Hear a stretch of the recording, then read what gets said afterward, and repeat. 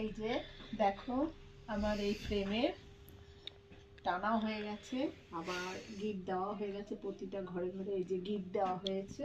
আর তোমাদেরকে দেখাবো বলে এই 2-3টে গিট বাকি আছে। দেখো কিভাবে এইভাবে প্রতিটা ঘরে এইভাবে নিয়ে দুই দিক থেকে নিয়ে গিটটা পরে এরকম করে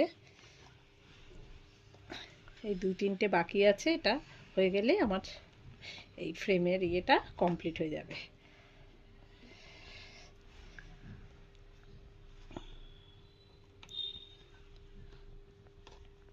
এই যে এবার আর একটা উল শেষ হয়ে গেছে, উলটা জয়েন্ট দিতে হবে একটা সেফটি পিনের দ্বারা। জয়েন্ট দেওয়ার পর এই যে বেশি আর সুতো নিলাম না, যেহেতু আর একটা গিট হয়ে গেল, আর একটা বাকি।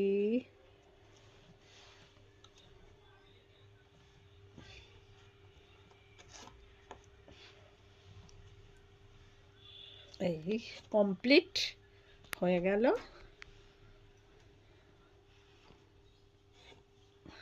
দেখো এই যে প্রত্যেকটা ঘরে গিট দেওয়া হয়ে গেছে। এবার আমার কমপ্লিট হয়ে গেল।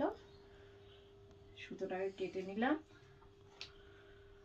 নেওয়ার পর এটার কাজ হলো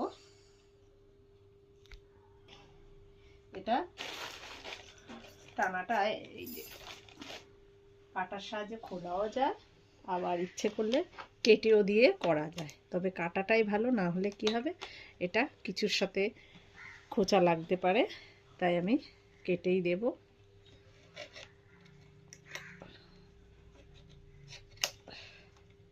কেটে দিলে তাড়াতাড়ি আমার হয়েও যাবে।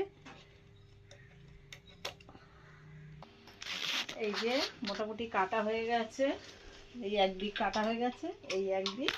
এই যে দেখো জিনিসটা এরকমই হবে। আর এই যে নিচের দিকটা বাকি আছে, একটু কেটে নিচ্ছি, তারপর তোমাদেরকে দেখাচ্ছি জিনিসটা কেমন হলো। দেখো কমপ্লিট হয়ে গেছে। দেখো ফুল ফুল এই পুরো চাদরটা দেখো কি সুন্দর ফুল ফুল। এপিঠে হচ্ছে এরকম আর এপিঠ হচ্ছে উল্টো। এই দিকটা গিট গুলো দেখা যাবে আর এই দিকটা হচ্ছে ফুল ফুল। এই যে এটা সুন্দর হয়েছে। তোমরা অবশ্যই কমেন্ট করে বলো কার কেমন লাগছে জিনিসটা। এগুলো অনেক ডিজাইনের হবে। এই একটা ফার্স্ট, এই